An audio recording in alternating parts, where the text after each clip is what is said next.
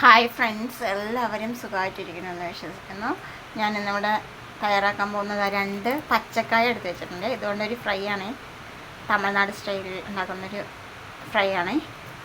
അതെങ്ങനെ ഉണ്ടാക്കാൻ നോക്കാം. അതിൻ്റെ ഇതൊക്കെ കളഞ്ഞ് നെറ്റിയൊക്കെ കളഞ്ഞിട്ട് മേലത്തെ തൊലി കളയാൻ പറ്റുന്നൊക്കെ കളഞ്ഞിട്ടുണ്ട്. ഇങ്ങനെ 3 ഇതായിട്ട് കട്ട് ചെയ്യുക. ഇതെങ്ങനെ 3 ആക്കിയിട്ട് കട്ട് ചെയ്യുക. ഒരെണ്ണത്തിന് നമുക്ക് ഇതുപോലെ കട്ട് ചെയ്യുക കേട്ടോ. അപ്പോഴാണ് ക്രിസ്പി ആയിട്ട് വരാൻ വേണ്ടിയിട്ട് അങ്ങനെ ചെയ്യുന്നത്. ഇതങ്ങനെ എല്ലാം ഞാൻ കട്ട് ചെയ്തെടുത്തിട്ട് വെള്ളത്തിലിട്ട് വെച്ചിട്ടുണ്ട്. ഒരു 4 ടേബിൾ സ്പൂൺ റവ എടുക്കണം. ഒരു പാത്രം എടുത്ത് വെച്ചു. 1 2 3 4 2 ടേബിൾ സ്പൂൺ അരിപ്പൊടി ഇടാം. ഇടിയപ്പത്തിൻ്റെ പൊടിയാണ്.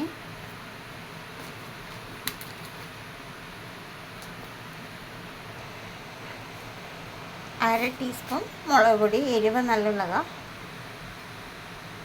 1/4 ടീസ്പൂൺ മഞ്ഞൾപ്പൊടി, 1/4 ടീസ്പൂൺ കായപ്പൊടിയാണ്. 1/4 ടീസ്പൂൺ ഗരം മസാല. പാകത്തിന് ഉപ്പിട്ട് കൊടുക്കാം. ഒന്ന് നന്നായിട്ട് എല്ലാം കൂടി ഒന്ന് മിക്സ് ചെയ്യണം.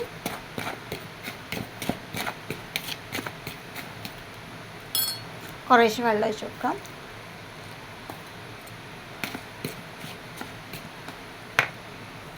ഒരു 10 കറിവേപ്പില ഇട്ട് കൊടുത്തിട്ടുണ്ട്. ഇങ്ങനെ ആക്കിയിട്ടുണ്ട്. ഈ ഒരു കൺസിസ്റ്റൻസി ആയിട്ടുണ്ട്. പക്ഷെ ഇതൊന്ന് കുതിർന്ന് വരണം കേട്ടോ. റവയല്ലേ, അരമണിക്കൂർ ഒന്ന് കുതിരാൻ വെക്കണം. അതിലോട്ട് ലേശം ഇഞ്ചി വെളുത്തുള്ളി പേസ്റ്റ് ഇട്ട് കൊടുത്തിട്ടുണ്ട്. പറയാൻ വിട്ടുപോയി. ഇതെല്ലാം കൂടി ഇതിലിട്ട് കുഴച്ചു. പാൻ അടുപ്പത്ത് വെച്ചു. എണ്ണ ചൂടായി കിടക്കുന്നുണ്ട്. ഇനി ഇതിലോട്ട് ഓരോന്നോരോന്നായിട്ട് ഇങ്ങനെ എടുത്തിട്ട് കൊടുക്കണം.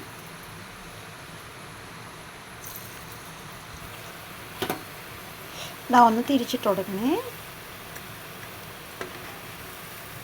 തിരിച്ചും മറിച്ചും ഇട്ട് കൊടുക്കണം. നന്നായി ക്രിസ്പി ആവുന്നവരൊന്ന് തിരിച്ചും മറിച്ചിട്ട് കൊടുക്കണം.